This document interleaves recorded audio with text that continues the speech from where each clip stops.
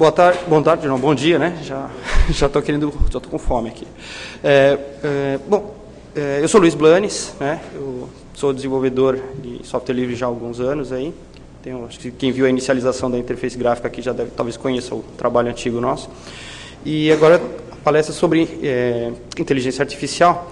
Mas antes de começar isso, eu queria ter uma ideia do público. Eu queria saber de vocês aqui, quantos de vocês são desenvolvedores? Se pudesse levantar a mão, só para me ter uma ideia. Tem bastante desenvolvedor.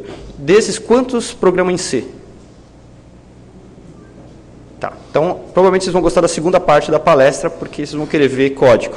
Né? E nela vou fazer a apresentação da biblioteca LibFan, que é uma biblioteca para você conceber uma rede neural e fazer um bom uso dela. Para os outros, eu vou colocar um pouco mais da parte conceitual, e que é em cima dessa palestrinha aqui, da apresentação que vai estar no OpenOffice aqui. Né?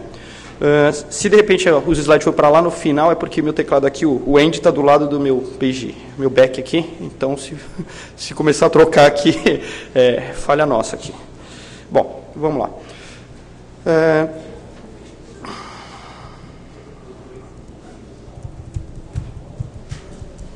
Só agora, já começou a falhar agora, não precisou. Vamos lá. Bom, rede neural.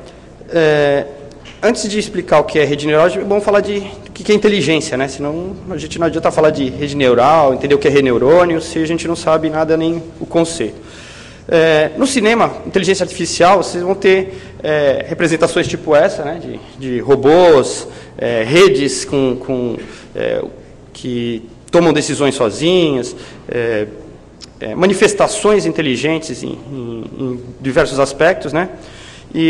Mas o cinema acabou explorando bastante isso, de forma que as pessoas têm uma visão bastante equivocada do que é realmente inteligência artificial. Lógico que com os avanços tecnológicos, isso é uma tendência, dessa aproximação do que é realidade e do que é realidade hoje, né? Ou do futuro. Então, o que é inteligência? Todo mundo aqui se considera inteligente, né? Então, acho que a maioria, né? Então, inteligência, para cada um é diferente. Uns acham que inteligência é ser esperto, outros acham que é ser sistemático, outros querem saber fazer cálculo bastante. Cada um tem uma noção diferente do que é inteligência. E aí, por isso, inclusive, é uma coisa, a visão de uma pessoa que é da área de exatas, normalmente ela diverge bastante de quem é da área de humanas, porque ela leva em consideração outros fatores do que simplesmente algorítmicos, né? Então, uma pergunta, um inseto é inteligente? Para a gente refletir, né? Será que uma formiga é inteligente, uma abelha é inteligente? A gente vê que tem aquelas danças das abelhas aí, todo mundo já deve conhecer que os insetos fazem colmeias, tem toda uma vida em colônia. Será que eles estão pensando? Será que eles são inteligentes mesmo? Aquilo que a gente chama de inteligência? Ou um cachorro? Muitos de vocês devem ter cachorro, gato em casa, e tem uns até que tratam os animais como seus filhos, né? E a maioria não fala que o cachorro é esperto, a maioria fala que o cachorro é inteligente, que o cachorro toma decisão, o cachorro é seu amigo e tal. E uma criança? A gente vai falar que são estágios diferentes de inteligência, então inteligência não é só um estado, se é inteligente ou não é inteligente. Então, no fundo está envolvido aí o conceito de aprendizado. Né? Ou seja, um inseto ele tem uma capacidade de aprender menor do que um cachorro, do que uma criança. E aí você, dentro da sua evolução, que aí a gente temos o darwinismo aí para nos embasar, e a gente vai ter aí níveis de inteligência diferentes.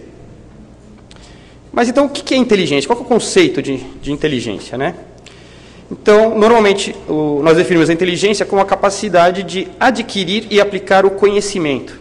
Né? Então, reparem que eu não estou falando de informação, estou falando de conhecimento, que é um pouquinho a mais do que simplesmente a informação. É uma informação processada. Né?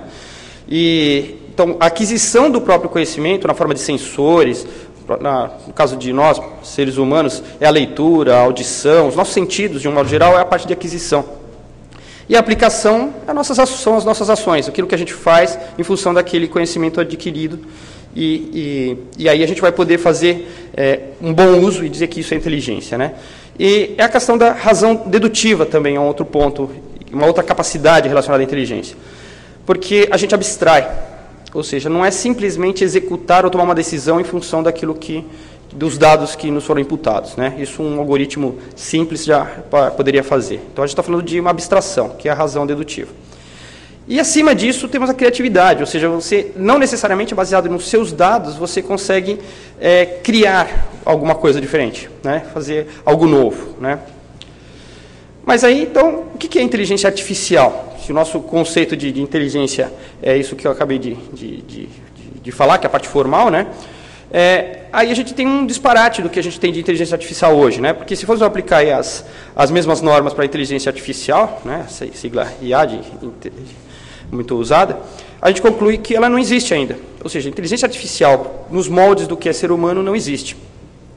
Então, nós temos uma definição real hoje do que é a inteligência artificial, porque não dá para implementar ou fazer essa comparação com a inteligência natural, que seria o contraponto da artificial. E aí nós temos uma definição, né? A inteligência artificial é definida como a capacidade de realizar as funções que são tipicamente associadas com a inteligência humana. Ou seja, estamos tentando chegar lá, ou seja, não é que a gente vai conseguir implementar todas as características de inteligência, a parte natural. E a gente vai fazer isso de maneira eletrônica, de maneira computacional, existem maneiras diferentes, até mecânica dá para você implementar a inteligência artificial, né? E alguns pequenos exemplos aí de inteligência artificial é o jogo de xadrez. Todo mundo já deve ter brincado de xadrez com o computador e deve ter percebido que muitas vezes a gente perde, né? Porque se for que nem eu, a gente perde mais ainda. Mas jogo de xadrez, você tem a lógica do jogo envolvida, mas tem estratégias também. Muitos estão programados a própria estratégia, mas outras ela faz tomada de decisão dependendo da reação do jogador, né? E os personagens de jogos, hoje você tem diversos jogos aí online, hoje todos eles você tem os personagens dos jogos, quando não são interação de outras pessoas. Esses personagens de jogos, eles têm uma personalidade, tem ações que ele toma que são características de uma pseudo-inteligência, vamos chamar assim. Mas do que é feita a inteligência artificial? Bom, a inteligência a gente faz isso através de rede neural. Ou seja, são as redes neurais, os RNAs aí, são as redes neurais que é a forma que a gente implementa isso hoje, né? E o que são as redes neurais? São sistemas computacionais que tentam imitar o funcionamento do cérebro humano, representando-o artificialmente. Ou seja, a gente tenta fazer um cérebro. A gente tenta fazer aquilo que um cérebro é, lá, aqueles monte de neurôniozinho lá, tudo ligado com um monte de sinapses, a gente tenta reproduzir isso computacionalmente. Ou seja, cada elemento do seu cérebro a gente vai tentar criar. E aí você vai ter redes mais sofisticadas ou redes menos sofisticadas. E algumas das características das redes neurais, né? Ela possui lógica de decisão baseada em pesos estatísticos. Por que isso?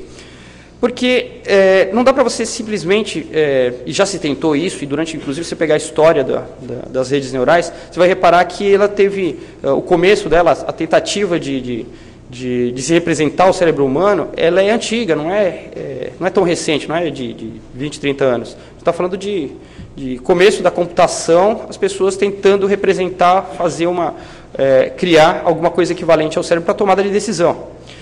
E como você fazer isso se o computador ele é binário, né? Você tem que representar agora uma decisão, às vezes a decisão não é só sim ou não. Temos, além das lógicas fuzzy e outras maneiras de implementação de lógica, que eu não estou querendo entrar no termo agora, mas nem tudo é sim ou não. Tem o quase sim, quase não, ou seja, é probabilidade. Quando você vai fazer uma escolha, às vezes são múltiplas escolhas, e então esse processo de pesar, né, ele é analógico, não é digital. Então, você ter um sistema onde a tomada de decisão te apresenta resultados não necessariamente binários, já se aproxima do nosso mundo real, que é quando a gente tem as sinapses dentro do cérebro humano, as conexões elas são químicas. Ou seja, a quantidade de dopamina que você tem, que você tomou lá ou numa droga, ou algum remédio que você tomou que aumentou as ligações das sinapses, o que você está fazendo? Você está aumentando gradativamente a atividade daquele neurônio, ou daqueles neurônios que estão conectados através quimicamente, né? Outra característica, conseguir distinguir eventos com características semelhantes ao próximo processo de aprendizado. Ou seja, uma rede neural, ela tem que aprender, ela não tem que ser pré-concebida. Quando a gente pega um algoritmo qualquer, quando a gente faz um programa de computador, ele faz aquilo que o programador colocou dentro do código. Se eu colocar para ele acender uma lâmpada lá no final do processo, ele vai acender segundo as regras que o programador colocou dentro do código. Se tiver uma condição não prevista, dentro do processo de desenvolvimento do software, a gente chama de bug. Né? Quando ele já foi para o cliente, a gente chama de feature, mas, na verdade, aquilo é um problema, é uma consideração, uma situação não prevista pelo programador. Quando a gente fala de computação confiável, em ambientes extremamente suscetíveis sei lá, onde a vida humana está em jogo, você não pode ter erro. Então, você tem o que a gente chama de computação confiável, onde você tem controle de todos os processos, de todos os interativos do usuário junto ao teu computador, ao seu software desenvolvido, e as ações que eles vão tomar têm que ter sido previstas. Mas numa rede neural, não. Imagina uma criança aprendendo. Se eu ensinar uma criança que, sei lá, isso aqui não se chama taça, e que isso não é água, eu chamar isso aqui de mar, e isso aqui eu posso chamar de bacia, a criança vai aprender com esses nomes diferentes. Isso é um aprendizado, não estava dentro do código genético, não está embutido dentro das características da criança, ou daquele ser que está aprendendo, essas convenções. Então, essas convenções são aprendidas. E não só convenções, mas muitas regras nossas, elas são aprendidas. Então, como você vai fazer para passar essas informações para o seu programa, para que ele aprenda, sem que você tenha que ter codificado? E esse é o desafio de quem vai construir uma rede neural, independente da sua aplicação, que é como você vai, que estratégia você vai usar, que tipo de sensores você vai, que maneiras de interagir que o usuário vai ter junto do sistema para que ele acumule e haja interação. Porque se não houver interação, se ele não conhecer do mundo em volta, ele não vai aprender nada. Então, esse processo do aprendizado é uma característica intrínseca, tem que existir numa rede neural, senão você não vai acontecer isso. É a capacidade de generalização, né? Por exemplo, você ensina para uma criança o que é verde, o que é amarelo, e depois você mostra um verde claro, ela te chama de verde, né? Você mostra um azul tendendo para o verde, se ele não sabe o que é azul, ele chama aquilo de verde, ele não confunde com o amarelo. Ou seja, esse processo de aprendizado, ele está embutido nele o processo de generalização. Num código, quando você escreve um código lá, independente da linguagem, ele faz aquilo que você colocou. Saiu um pouquinho, já não está mais previsto. Por quê? Porque ele não tem generalização. E aí a grandeza, trabalhar com grandezas não binárias, ela passa a ser importante. Então a gente começa a trabalhar com espaços multidimensionais. Então, quando eu começar, eu vou pular a parte matemática no meio das palestras, porque eu sei, senão vai ficar todo mundo dormindo aqui se eu começar a falar como é que a álgebra é envolvida nisso. Então, eu vou tentar fazer comparação junto com o cérebro para não ser desgastante. Alguns usos de rede neural, vocês já ouviram falar em filtro bayesiano, mas é aquilo, por exemplo, você está lá no teu anti-spam, né? O seu filtro anti-spam normalmente é um filtro bayesiano, ele aprende a partir do conteúdo dos seus e-mails, se aquilo é um spam ou não, e depois já te joga para a caixinha de spam direto. Né?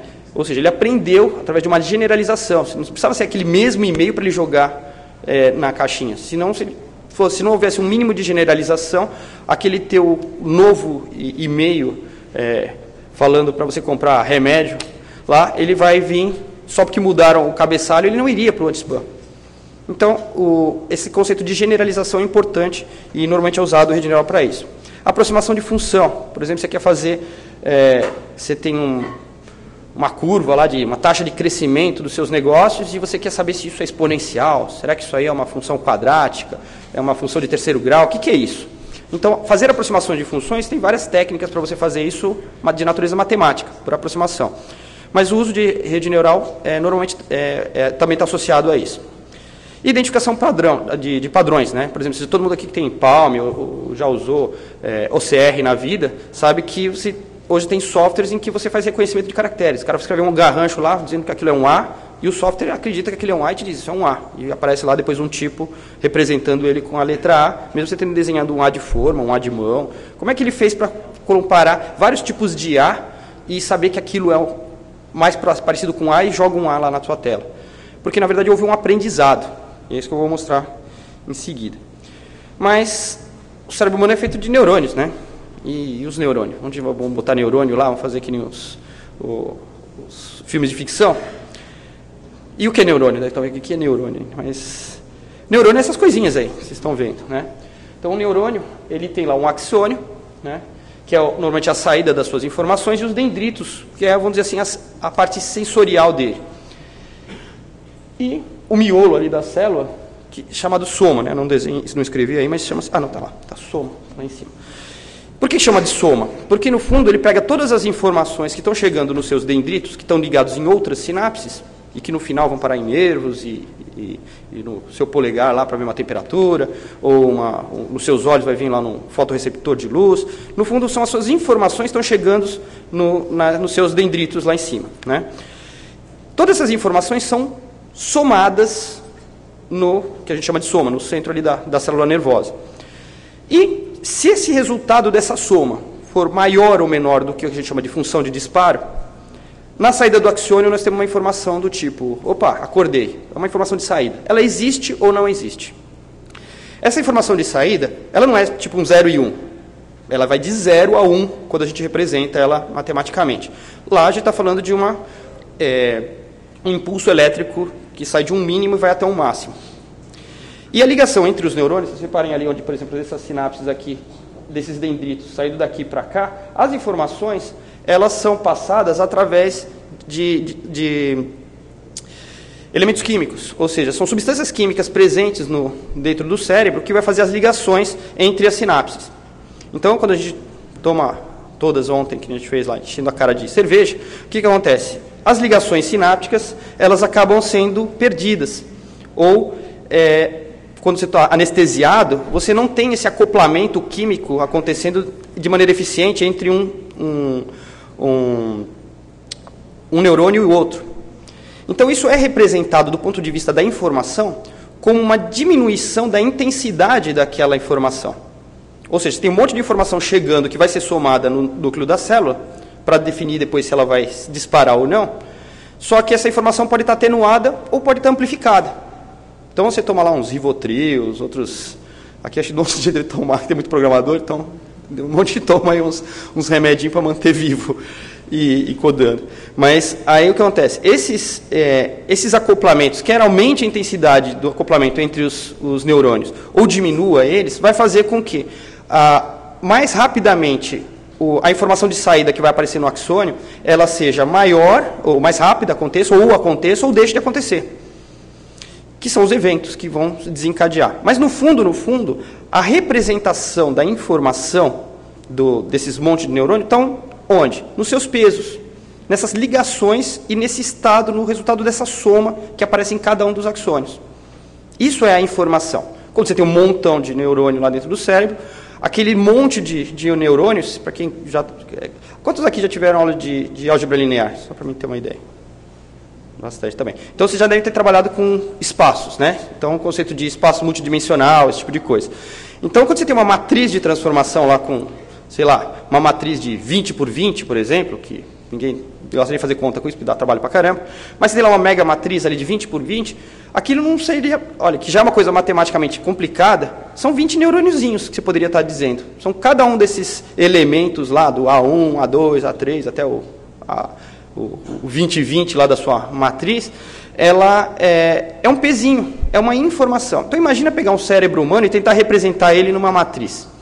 Gente, vai dar uma matriz tão grande que não sei nem como dá para representar esse tipo de coisa. Deixa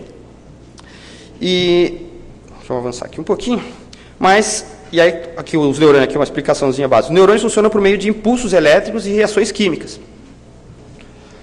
Os impulsos elétricos utilizados por um neurônio para trocar informações com os demais neurônios viajam por meio do axônio, que faz contato com os dendritos do neurônio vizinho por meio das sinapses. Sinapses são as ramificaçõezinhas lá dos dendritos. O sinal que é transmitido pelo neurônio poderá ser inibitório ou excitatório. Ou seja, quando você pega aquela informação que está chegando ali, dependendo do que você tem de substância, ele dá um peso que pode multiplicar e fazer ele aumentar, ou pode dividir, diminuir, atenuar a sua informação. Quando a gente representa isso matematicamente, a gente, na hora de fazer o disparo, a gente substitui essa função de disparo por alguns possíveis tipos de funções do tipo degrau. Pode ser uma tangente hiperbólica, pode ser uma função sigmoide, aquela coisinha assim de lembra Esterese. Mas esse disparo que tem é em função dessa função. Bom, os impulsos elétricos utilizados por um neurônio para trocar informações com os demais neurônios viajam por meio do axônio, que faz contato com o dendrito. Eu acho que eu apertei o botão errado para variar. Né? Tá, o neurônio dispara, isso é, envia o sinal pelo axônio. Se a excitação excede sua inibição por um valor crítico, que é o limiar do neurônio. Ou seja, você vai ter um disparo quando ele passa desse limiar. É como se somou todas as informações que chegaram lá nos seus dendritos, multiplicados pelos seus pesos. Então, tinha uma informação 1. Aí tinha um peso aqui que era, vamos supor, uma sinapse que estava lá alcoolizada, vamos chamar assim. Aí deu uma diminuída na intensidade que chegou no próprio dendrito, porque quimicamente o peso fez com que diminuísse a informação que chegou para ele. Num outro, sei lá, tomou um Rivotril, entendeu? Aquele outro neurônio, chegou a informação que era um valor 1, aí o Rivotril deu aquela turbinada, deu 5 na entrada do dendrito. Aí soma aquele 5 mais aquele 1, deu 6. Se a função de disparo fosse 5, 6 dispara. Se a função de disparo, o limiar dela fosse 7, 6 não dispara. Então, é basicamente isso. Você tem as informações de chegada, multiplica por um peso, soma e decide se passou do limite ou não, você vai mandar a informação na saída do neurônio. Ou seja, do ponto de vista de concepção de funcionamento de um neurônio, você tem... ele é simples. Um neurônio é a coisa mais tosca que tem. Pegou as informações quantos neurônios, você vai ter que definir quantos cabinhos tem nele, lá, os dendritos estão chegando, multiplica pelos seus respectivos pesos, e aí é a inteligência do negócio, a informação armazenada, porque se você mudar esses pesos, o resultado vai dar diferente. Então, se você quer que aconteça uma coisa, quer que dispare, basta você tomar o Rivotril, por exemplo. Olha lá, tomou o Rivotril e disparou. Porque o peso positivo lá num dos neurônios fez com que a informação crescesse tanto no resultado da soma que disparou o neurônio. Mas isso ainda não é inteligência. Um neuroninho não vai fazer ninguém ficar inteligente. Senão a gente ia dizer que a formiga era inteligente. Não que ela tenha só um neurônio, porque ela tem bem mais. Mas mesmo assim, não dá para chamar. Um pouquinho de história. Eu inverti esse negócio propositadamente, porque senão ia falar de o que é modelagem de sistema nervoso, tal, e aí talvez o pessoal não ia ter muito a ideia. Mas o motivo principal aqui são os trabalhos dessas referências 1, 2 e 3 aí, não vou tentar falar esses nomes, entendeu? Nem eu sei como é que fala, e que são referências ali de quase 100 anos atrás, gente. Então, há 100 anos atrás, o pessoal já estava querendo modelar, mas há 100 anos, hoje estamos em 2014, imagina 1914, né? Que grandes computadores nós tínhamos, né? Então, o que dava para fazer para representar? Hoje, nossa calculadora aí, qualquer celularzinho, dá um banho aí computacional, dá para fazer milhões de coisas aí, até processamentos desse tipo. Mas em 1914 não dava. Então, só que o conceito foi amadurecendo, tanto o entendimento de como funciona o cérebro humano, quanto a evolução computacional também foi evoluindo. Só que nessa época, quando o pessoal começou a fazer esses primeiros trabalhos, foi concebido esse mesmo conceito que a gente tem hoje, que quase que é o mesmo utilizado até hoje. Só que tem um problema. No começo, todo mundo tentou implementar de forma binária. Ou seja, as funções de disparo eram 0 ou 1. Então, acho que se a gente fosse inventar hoje uma rede, por nós mesmos, quem está acostumado a fazer programação natural, iria fazer a função de disparo por limiar. Ou seja, definir um valor, passou, não passou, não é, e pronto. Só que quando você faz isso, surge um problema de continuidade de função, que eu não vou explicar aqui, que é matemática, mas o fato é o seguinte, existe um problema tosco, simples, que é exclusive OR, acho que todo mundo sabe o que é exclusive OR, sabe, né, de lógica booleana, tipo 0, 0 dá, não é diferente, então dá 0, 0 com 1 dá 1, 1 com 0 dá 1 e 1 com 1 dá 0. Esse probleminha de você pegar só dois neurôniozinhos, colocar 0, 0, ou duas incógnitas, 0, 0, 1, e definir se aquilo vai dar a saída certa ou errada, ou seja, representar uma lógica, uma porta exclusive OR com um neurônio ou com uma redezinha neural, é impossível.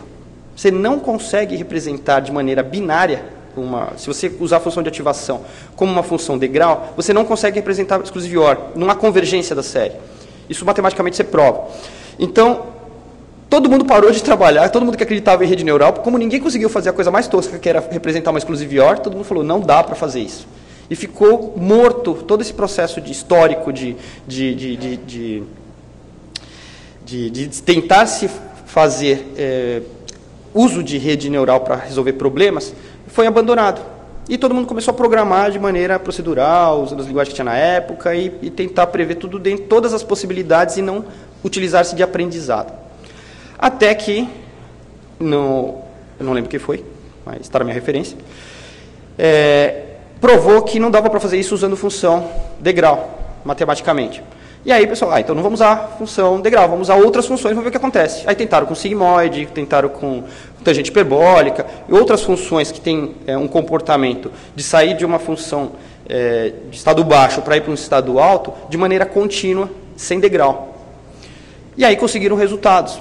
Uns resultados onde a convergência é maior ou mais rápida, dependendo do tipo de algoritmo que você usa, e você vai ter resultados diferenciados. Mas houve um gap muito grande, por isso que nós temos hoje está super atrasado, quer dizer, apesar da evolução da computação, a parte de inteligência artificial ela está aquém daquilo que é a expectativa das pessoas, por causa desse gap gigante. Então, por isso que eu coloquei aqui depois, para vocês pelo menos já saberem quando eu fosse falar de exclusive OR, senão ninguém ia entender o que era essa parte. Mas, basicamente, as redes neurais, elas têm esse conceito que eu falei de pesos, né? Se a gente tem um peso fixo, se a gente quiser só fazer uma exclusive OR, poxa, se eu sei que os valores de entrada é 0 ou 1, e eu treinar uma rede neural, eu posso meter os valores fixos nela. Eu não preciso, quando eu treinar elas, o problema é tão simples que ele vai dar o resultado correto, sem ter que, vamos dizer assim, fazer uma mudança nos valores dos pesos. Existem outras redes neurais onde você altera os pesos, que é o caso, a brincadeira que eu falei do Rivotril lá. Ou seja, se você puder mudar o peso durante o processo de aprendizado, e o que quer dizer isso? Basicamente, ele vai estar associado com o tipo de aprendizagem, que é uma outra característica das RNA, né? Então, eu vou falar primeiro para depois falar o que é o adaptável. O tipo de aprendizagem ele pode ser supervisionado ou não supervisionado. Então, se você vai colocar um peso fixo, normalmente ele vai ser não supervisionado, já vai estar definido isso no padrão. Agora, se você quer que ele aprenda, e o aprendizado vai depender do próprio resultado do que ele aprendeu, ou seja, você vai comparar com o erro. Então, se eu tentei ensinar uma coisa, mas vamos supor, vou ensinar uma criança a andar. Se você não disser para ela que o sucesso é estar de pé, ela pode até aprender a andar, mas ela tem que tentar andar, você tem que forçar ela, pegar na mão, é o supervisionado. Você tem que falar para ela que o jeito normal é andar em pé, e não andar de macaquinho de 4, engatinhando.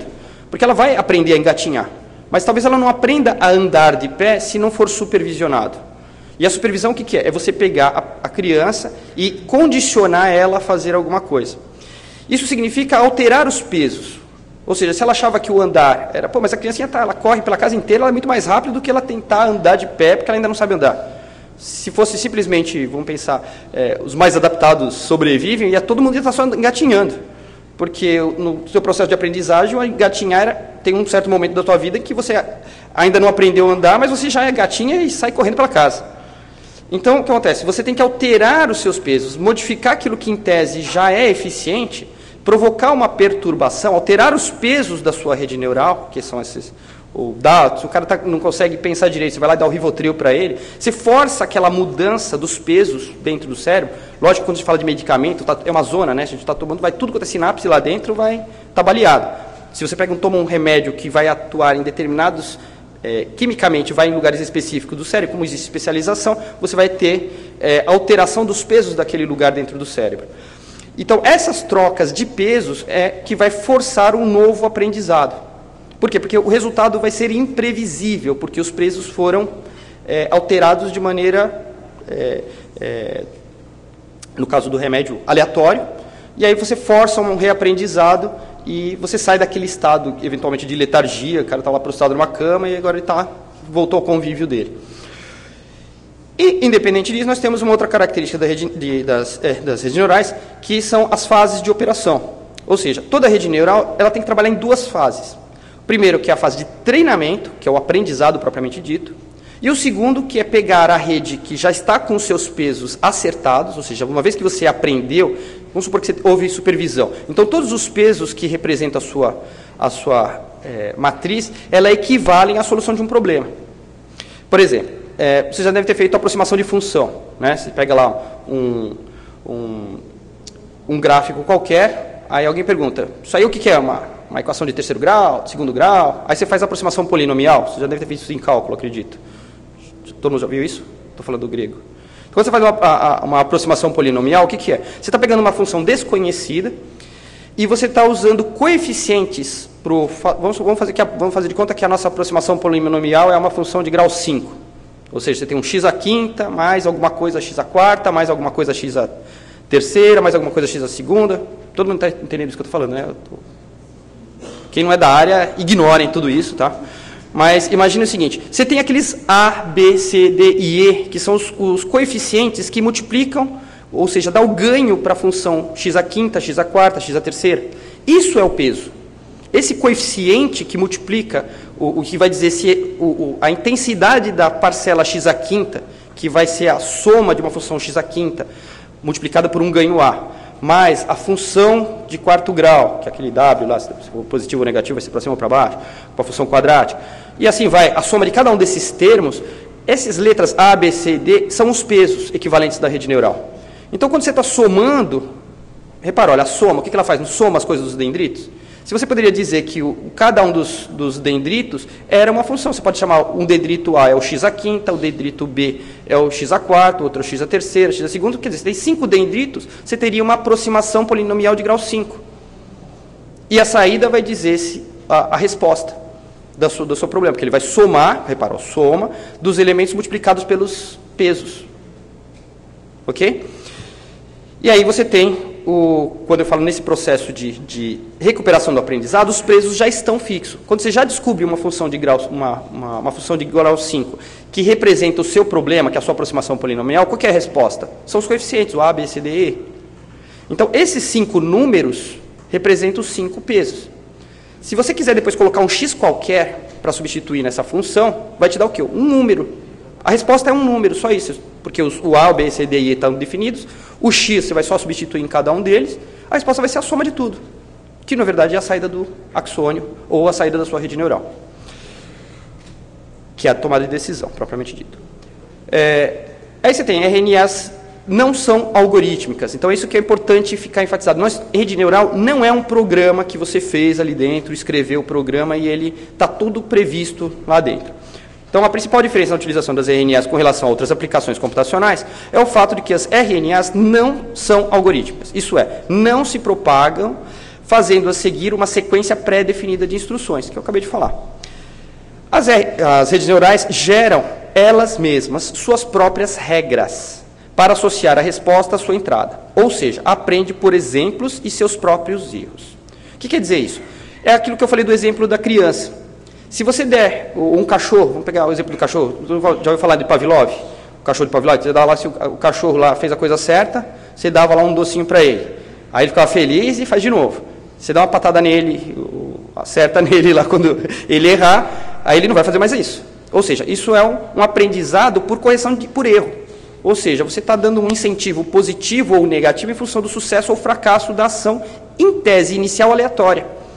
O cachorro não decidiu na primeira vez, quando ele foi lá, te lambei e você deu um tapão nele. Entendeu? Aquele primeiro momento em que você fez aquela ação era uma coisa que pode ser, vamos chamar de instintivo, era o valor default dos pesos que estavam na sua rede neural. Não tem significância. E numa rede neural, vocês vão ver quando estiver na parte de implementação, a rede neural começa com o quê? Definindo uma geometria. Você vai colocar um monte de neurônio lá dentro, vai ligar todo mundo e vai colocar um monte de peso. Mas que peso que eu vou pôr? Eu não sei nem o que eu vou pôr, vou botar, sei lá, põe 200 neurônios. E põe aquele peso? Taca o Rivotril ali dentro? Digo, é basicamente isso que você faz. Você coloca pesos randômicos. Por quê? Porque estatisticamente, quando você joga numa matriz randômica, ela não tem muita significância estatística. Então era como se ela não fosse nem disparado e nem cortado, né? Nem nível alto nem nível baixo na saída.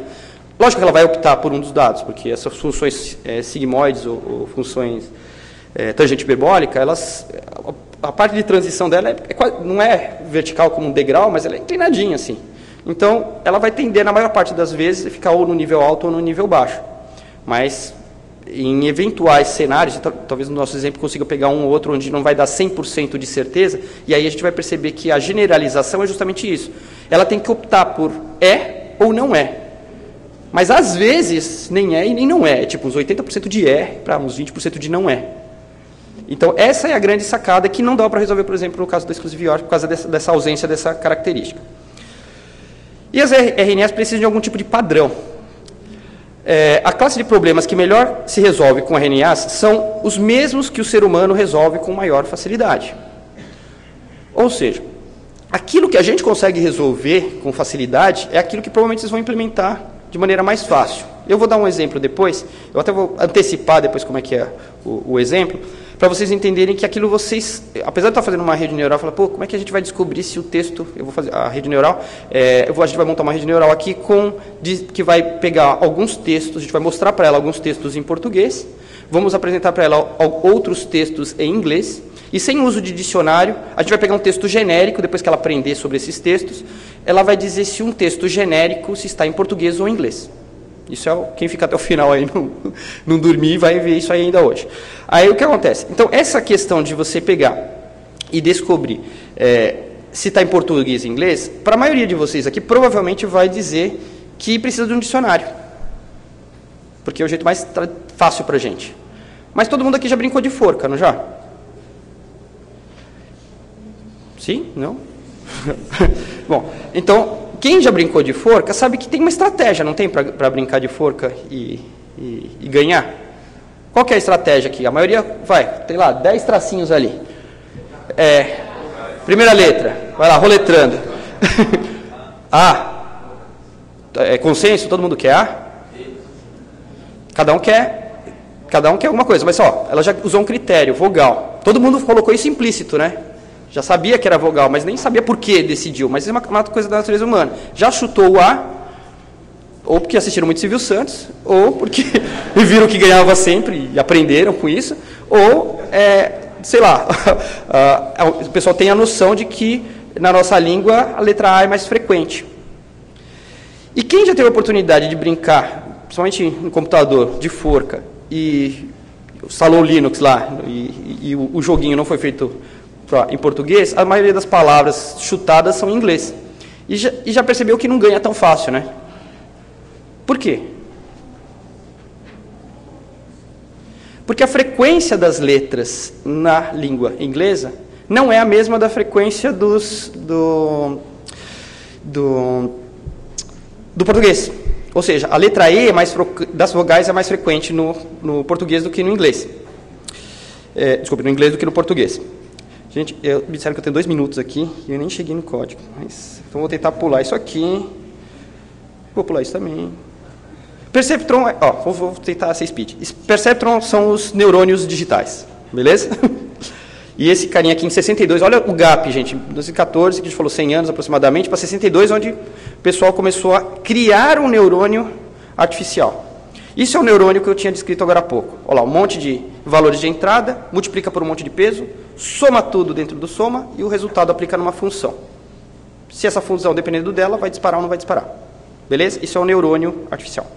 Você vai implementar isso matematicamente, quando você faz a conta, vai virar uma conta, uma somatória, lá, aplica a função dentro do teu código, mas como tem gente no programa, eu vou pular isso também. Vou pular isso também. Isso é um monte de neurônio ligado. Eles estão ligados, você joga as entradas, está tudo ligado, todo mundo com todo mundo. Isso era o jeito que todo mundo fazia em 1900 antigamente, 1962. Hoje, pessoal, só que o que acontece? Isso aqui, se os pesos estão certos, a resposta dá certo. Se os pesos estiverem errados, dá qualquer coisa e você não sabe o que é. Então, quando acertava, o pessoal chamava isso de mágica, né? Então, tem muita gente que fala, nossa, que legal, né? Mas por quê? O cara ficava lá uma vida inteira para escolher os pesos para resolver um problema. Que, no fundo, é como se ele estivesse chutando os coeficientes A, B, C, D e E numa função de 5º grau. Se ele tiver um programa com 5 neurônios, só que tem 4 neurônios de entrada, isso aqui resolve uma função de 4º grau fácil. Você treinar aqui e chutar uns valores de A, B, C, D aqui nos pesos, ele resolve uma função de até 4 grau 4, resolve. Os algoritmos mais recentes, a gente usa o que a gente chama de backpropagation. O que é? A informação sai dos neurônios de entrada, vai passando para os outros neurônios até que toma uma decisão. Só que você pega essa informação de decisão, se ela foi boa ou ruim, e você pega e joga através de uma função randômica e troca todos os pesos de um percentual dos pesos que estão espalhados dessa matriz. Então, o que acontece? Então, é como se tivesse um cérebro e você tentasse esquecer parte dele para poder aprender coisas novas. Então, esse processo do esquecimento, ou um percentual de aprendizagem nova, que vai fazer com que você tenha esse processo de aprendizado. Por quê? Porque se deu certo, você diz, esses novos pesos chutados, randômicos, melhoraram a resposta. Se não melhoraram, a gente joga os pesos tudo aleatório de novo até que melhora. Então, ficou uma coisa algorítmica, porque é como se tivesse uma retroalimentação. Dependendo se o resultado foi legal, você usa parte daqueles pesos. Se o resultado não foi bom, você sai trocando. Bom, para você implementar isso, eu coloquei aí três bibliotecas aí que vocês podem utilizar para implementar, mas a gente vai falar sobre a libfun. O que é a libfun? A libfun é uma biblioteca de código livre, open source, né? Implementa multicamadas em linguagem C. Só que ela não tem só, e o legal de estar utilizando isso, é que ela não é só para C. Você tem vários wrappers, né, que você tem para PHP, para C++, .NET, Ada, Python, Delphi, lá, Ruby. Você tem de tudo aqui para, se vocês quiserem, em qualquer linguagem, usar essa biblioteca aqui, vocês têm. Se entrarem no site e depois está nas referências, vocês vão ver que vocês conseguem usar essa mesma biblioteca, do mesmo jeito, diferença máxima é sintaxe do que vai ter, mas a estratégia de acesso à biblioteca é exatamente a mesma em todas as linguagens. O que significa que você vai conseguir fazer implementação dessas bibliotecas, independente de qual linguagem vocês estão programando. E essa biblioteca, esse F da libfun, o ANN de Neural Network Artificial Network Lib, FAST Artificial Network Neural. Isso aí, é o contrário. Mas esse F é do FAST, ou seja, é uma biblioteca muito rápida. Ela é 150 vezes mais rápida do que outras bibliotecas de mercado. Ela é muito bem feita, está em C, vocês vão ver aqui, quando a gente rodar aqui, a gente vai aprender o negócio, 10 textos aqui, ele vai fazer um negócio assim, tipo num piscar de olhos. Não vou falar das referências, porque daí depois vocês olham aqui a apresentação. Bom, a parte da apresentação é basicamente isso aqui. Agora vocês querem ver na prática, ok? E vocês vão ver como é rápido, apesar de eu só ter, sei lá, 0 minutos. Menos 1 minuto, talvez.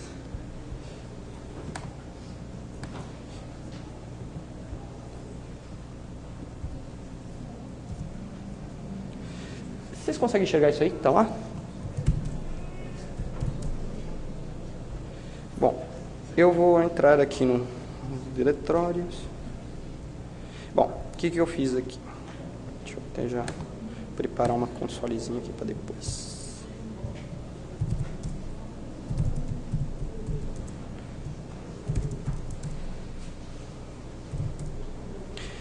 Bom,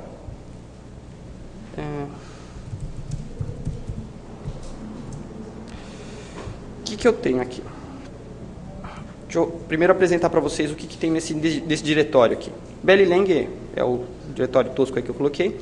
Aqui nesse diretório chamado inglês, eu coloquei 10 arquivos textos catados na internet, que nem sei o que tem dentro aí dentro. Mas, ó dá para ver que está em inglês isso aí?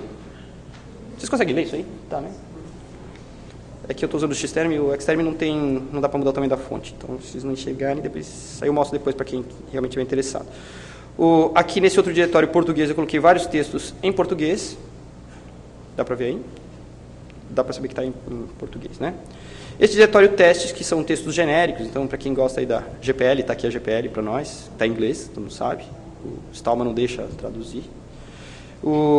A LGPL está aqui também, e tem outras tranquilinhas aqui, uns textos recortados aí de internet, um pedaço aí de um TCP/CGI, nem sei o que é isso, eu catei lá um texto também em inglês, está uma misturada aqui de coisas.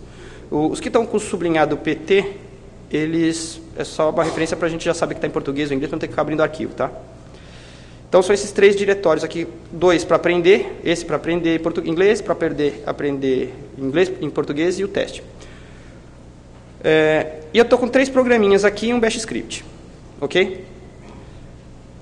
Lembra o que eu falei? A gente, para poder fazer uma rede neural, o que a gente precisa? A gente precisa ter algumas coisas básicas. Primeiro, a gente precisa treinar ela e depois a gente vai usar. São dois processos, lembra que eu falei? Ou seja, então são duas coisas. Esse que está escrito aí, classifica.c, que é o arquivinho que está aí nessa lista, quando eu gerar, vai virar um arquivo classifica, o exe dele lá, o executável, o binário do classifica. Então é para a gente simplesmente classificar o exemplo lá, o teste, e verificar se está em português ou em inglês. O treina.c, para que é? Para treinar. Então, vai gerar um executável para treinar. E esse frec é um aplicativozinho que não tem nada a ver com a biblioteca, vou até abrir ele primeiro, para vocês olharem. E este código, que é pequeno, você podia fazer esse arquivo aqui, você podia ter feito ele em bash também, entendeu? Mas como eu não sabia que o pessoal se manjava de C, C++, ou de qualquer outra coisa, então esse eu fiz em C++. Mas, basicamente, ó, tem uma função aqui chamada Generate Frequencies. Ok? Dá para ler aí, todo mundo? O que esse treco faz? Ele vai contar, esse programinha vai, a partir de um arquivo texto, que é um argumento do próprio programa, que eu vou passar para ele, que é um dos TXT, e ele vai simplesmente vai lá embaixo, aqui no Standard Out, vocês estão vendo aqui, um monte de número, na sequência. Se tiver 30% de letras, ele vai pegar e vai contar todas as letras do texto. Tem, sei lá, das letras de A, das 26 letras do alfabeto, ele vai ver quantas letras tem no total. O que não é letra, cai fora. Mas o que é letra, ele vai contar. Quantas letras tem A, quantas B, quantas C, quantas D, e vai criar um percentual dentro desse programinha. Ok? E vai colocar numa linha.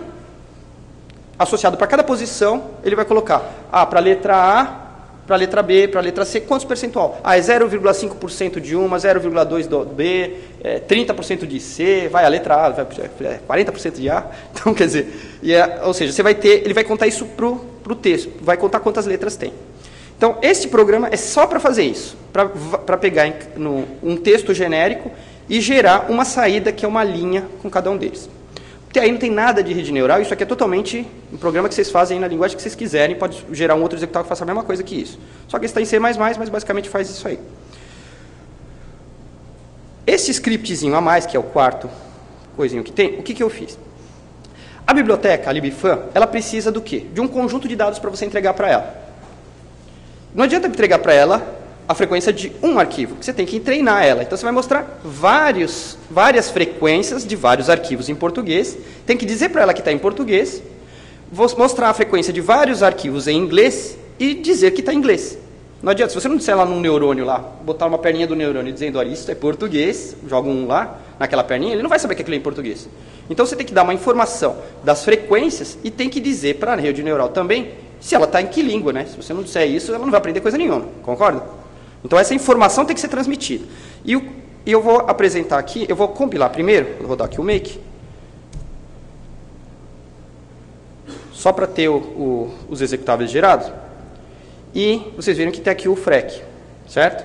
Eu vou pegar aqui, vou abrir outra console, só para vocês verem o que esse arquivinho faz, e mostrar na tela, eu vou pegar aqui e vou rodar frec, e vou passar como argumento para ele o próprio arquivo, que é o arquivo do .c mesmo, podia ser qualquer coisa, só para ter um arquivo que me mostrasse por exemplo, o próprio código, o classifica.c, um arquivo lá .c. Opa, ponto barra, está no pet. Tá vendo o que ele fez? A saída desse comando só me contou, tá quebrado a linha, mas deixa eu jogar mais só para vocês terem uma ideia do que faz isso. Tá vendo o que ele faz? Você tem uma linha com os percentuais que eu acabei de descrever. O que nós temos aqui? Esse bash script aqui, que eu fiz, o que ele faz? Ele simplesmente vai criar um cabeçalho com essas informações aqui de 20, dizendo que são 20 textos que eu vou treinar, 26 tipos de letra, porque eu estou considerando as 26 letras, ou seja, são 26 espaços separados ali dentro, e 2 neurônios para indicar se está em português ou inglês. Ou seja, é um cabeçalho para mim poder gerar o arquivo que eu vou mostrar agora, que é o que a rede cria. Então, eu vou rodar ele aqui uma vez, o frec, e este aqui é o formato de entrada padrão da libfan. Então, essas duas coisas que eu mostrei antes, eram uma maneira de gerar este arquivo. Vocês podiam fazer na linguagem que quisesse, porque não usou nada de biblioteca, nada de coisa nenhuma. Mas isso aqui é basicamente, eu estou dizendo como resolver o problema. Não está aparecendo, mas está faltando um dígito, tudo para o lado de lá, mas não sei por que não está saindo. Deixa eu ver se eu arrastar esse negócio para a direita. Porque aqui eu enxergo, mas na tela de vocês não está saindo. Espera aí, deixa eu ver se consigo fazer isso para aparecer para vocês ali na tela.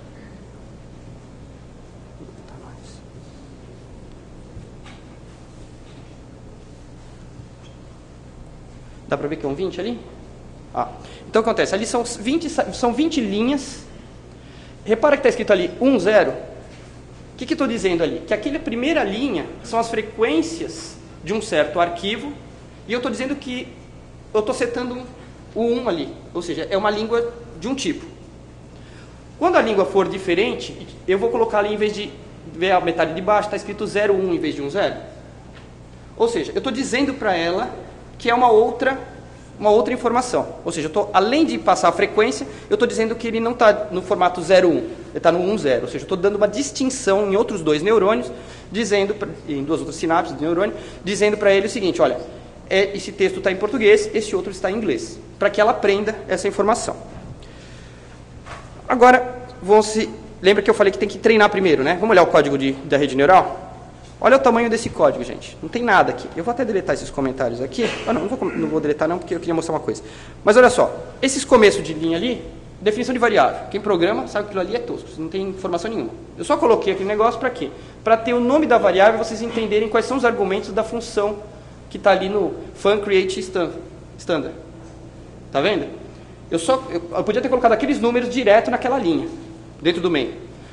O que eu estou dizendo ali? Eu estou criando uma rede, usando essa biblioteca, onde o número de layers é 3, ou seja, são 3 camadas de neurônios. Tem a primeira camada, que se olhar no input, são 26, significa que são 26 neurônios de entrada, onde eu estou colocando as frequências, aqueles números que vão vir daquele arquivo. Uma camada escondida, ou seja, além das primeiras neurônios, estou colocando uma camadinha de 13 neurônios, tinha 26, coloquei mais 13 aqui, estou ligando todo mundo com todo mundo. E depois a saída dessas 13, de todo mundo liga nos 2 de saída, que vai dizer se é português ou inglês, que é a camada de saída, que é o número de saídas, o número de output. Ou seja, você montou uma rede simplesmente definindo 3 variáveis. Ou seja, você quer colocar 50 neurônios aqui para pôr 50 informações, essa camada do meio é uma camada oculta, você vai colocar quantos você quiser para poder aumentar o número de iterações e aumentar a chance de convergência ou diminuir. Ou seja, esses números que você vai estar colocando, com exceção da geometria, aquele número de épocas, intervalo o que vai mostrar na tela, de reports, do que está aparecendo na tua console, enquanto ele está treinando, isso são parâmetros para você monitorar a interação dele. Porque ele vai estar fazendo o quê? Está pegando a informação de saída, comparando com as de entrada, chutando os pesos e refazendo, porque isso é uma rede assistida. Eu estou mandando ele pegar aquele arquivo de frequências na segunda linha ali do main, tá vendo? É o input dos dados. Ou seja, na biblioteca eu tenho, basicamente, a primeira eu crio a rede, na segunda eu jogo numa variável, num array ali, jogando na memória, basicamente, o que estava no arquivo texto, que é o arquivo que eu gerei, aquele de frequências. Nas duas linhas de baixo eu estou dizendo que tipo, que tipo de função de ativação que eu tenho. No caso, eu estou colocando função de ativação só nas funções de entrada, dizendo que é 1, ou seja, passa direto, as outras vão aplicar alguma função, que está comentado, mas o padrão é sigmoide mesmo, tá? Vocês podem definir, eu quero usar uma função, em vez de eu colocar ali fancy, está comentado a linha, aquela linha das duas copiadas ali. Se eu quero que ela seja sigmoide, eu quero que seja tangente hiperbólica, tem palavras pré-definidas que você diz ali o que ele vai fazer. Uma mensagem só para dizer que está treinando, e o processo de treinamento acontece realmente naquela penúltima linha ali, antepenúltima linha dentro do main, onde está escrito tray on data. Quando está executando aquela linha ali, é que ele está aprendendo. Ele pegou os dados, está fazendo as interações usando a biblioteca, ou seja, você não precisa entender nada do que está acontecendo dentro da lib, por isso que a grande vantagem de você usar uma biblioteca em vez de ficar escrevendo a rede neural. E no final ele vai criar uma rede, uma representação dessa rede, com os pesos dentro de um arquivo chamado, no caso ali, languageclassify.match. Eu vou rodar esse programinha, o treina, só para você ver. Repara que tem o frequency.data, mas não tem o language.classify. Eu vou executar aqui o treina, e ele criou aqui viu o tempo que foi? Foi quase instantâneo. Só deu um clique e já gerou o arquivo. Ou seja, ele já pegou tudo, fez as interações, e já te gerou o arquivo. Você vê como ela é rápida, essa biblioteca. O que nós temos aqui? Este aqui é o arquivo da rede neural com os pesos treinados. E aí tudo aquilo que vocês aprenderam em teoria ou vierem aprender de rede neural está dentro desses parâmetros ali. O algoritmo que está sendo utilizado, quantos os pesos, a taxa de aprendizado 0,7, está vendo lá? Por que 0,7? Significa que 70% das novas informações que você coloca dentro da sua rede são preservadas. E 30% é apagado randomicamente e jogado pesos randômicos para fazer o processo de interação. E aí você mudando aqueles números ali de 0,7 e taxa de conexão, tipo neurônios que você queira que desliga aleatoriamente, que não estejam conectados, você muda. Então se você quiser, depois dessa rede feita do jeito que está aqui dentro, isto é a rede neural. Se vocês encontrarem softwares gráficos, o que eles estão fazendo é pegando um arquivo com essas características e mostrando graficamente o que significa. E nas duas últimas linhas ali embaixo, você vê os neurônios, que estão representados ali, cada um deles. Repara que tem ali um monte de neurônio desligado, ó, 0, 0, 0, e neurônio que não estava fazendo nada. E os pesos de cada um. Ou seja, a conexão em cada um deles. E isso você iria ver, se fosse gráfico, se fosse uma rede, você ia conseguir desenhar e ver alguma coisa. E para a gente realmente mostrar funcionando, que é o legal, é o classifica. Desculpe, o classifica, o que ele faz? Ele pega aqui embaixo, simplesmente a partir de uma rede já definida, que é aquele language, olha, foquem só no main, tá? O resto ali é mensagem de erro, para gerar frequência, nem precisava aquele treco ali, não está sendo usado. Aí o que nós temos? Ele pega a partir da rede, lá embaixo está escrito, antes do count, está vendo, olha, fun run. Aquela linha ali é a linha que realmente executa. E ao executar, ela vai dar o quê? Uma informação de saída. Pega todos aqueles pesos, joga todos os dados do texto novo, que é a parte de cima do código, que é gerar as frequências do texto desconhecido. Que aquele código é igualzinho do primeiro, tá? Por isso que eu não estou explicando dele ali, do gera frequência. E aí, a partir disso, você tem o código novo. Bom, vamos executar ele para ver o bichinho funcionando? Ponto barra. Classifica. Eu coloquei no diretório testes, não é isso que eu falei?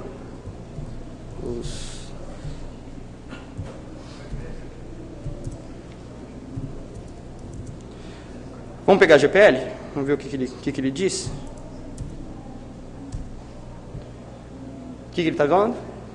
Que está em inglês? Olha lá, a última linha lá. De novo, esse negocinho não está muito... Deixa eu ver se eu... voltou aqui. Dá para enxergar aqui agora, em inglês? Inglês 1, português 0? Se eu pegar essa mesma rede, vamos tentar um outro texto qualquer?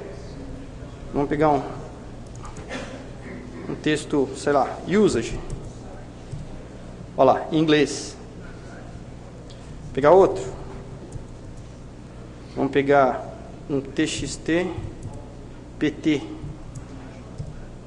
Olha lá, português 1, inglês 0,01. Ou seja, não tem certeza absoluta, ele tem quase certeza que é português, mas tem uma duvidazinha. Repara que não deu uma dúvida ali. Se eu pegar esse mesmo código aqui eu rodar ele outra vez, vai dar sempre a mesma coisa, tá vendo? Ó, vou rodar 2 vezes, deu a mesma coisa. Ou seja, uma rede treinada, o comportamento dela perante aquele conjunto de dados é sistemático. Entretanto, se eu treinasse essa rede de novo e fosse treinar de novo ela, o resultado poderia não dar esse. Poderia dar 0 e 1, poderia dar qualquer outra coisa. E aí vem a imprevisibilidade do código. Entendeu? No processo do aprendizado geram-se as dúvidas. E se materializa na forma de novos coeficientes que não tem nada a ver, pesos completamente diferentes, porque foram gerados totalmente de maneira aleatória. Só que eles convergem, ou seja, dão uma solução que sugere, né, eu vou usar esse termo porque acho que é a melhor coisa, porque é da mesma maneira. Se eu perguntar para vocês por que vocês são inteligentes, ninguém vai saber por que é. Né? Então, basicamente isso. Olha um outro texto em português aqui. Olha lá. Esse aqui já falou que é certeza de que, ou seja, porque a função de disparo foi lá para a parte de cima, ó, jogou para o direto. Bom, gente, eu acho que eu podia falar dentro do tempo era isso. Tá, muito obrigado.